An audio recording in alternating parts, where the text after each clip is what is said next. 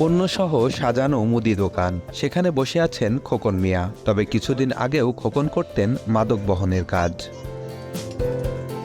কিস্তির টাকা পরিশোধের তাড়নায় একসময় তিনি যুক্ত হয়েছিলেন অপরাধের সঙ্গে। প্রায় ৩ মাস আগে তাকে আটকও করেছিল বিজিবি। পরবর্তী বিজিবির সহায়তায় স্বাভাবিক জীবনে ফিরে আসতেন খোকন মিয়া।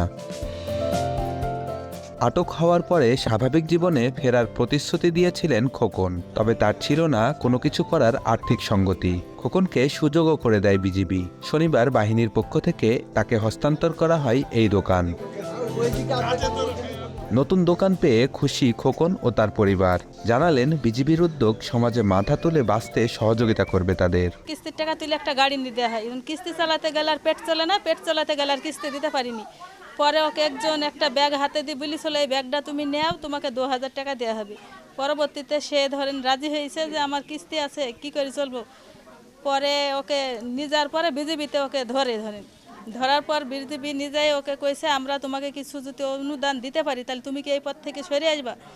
তো বলছে হ্যাঁ, আমি এই পথ থেকে সরে আসবো, কারণ আমি তো এগুলা করে খাইনি, আমি অনেক কষ্টে অসহায় দেখে আমি হাতে নিয়েছি, কিন্তু আমি বুঝতে পারিনি এটা কি।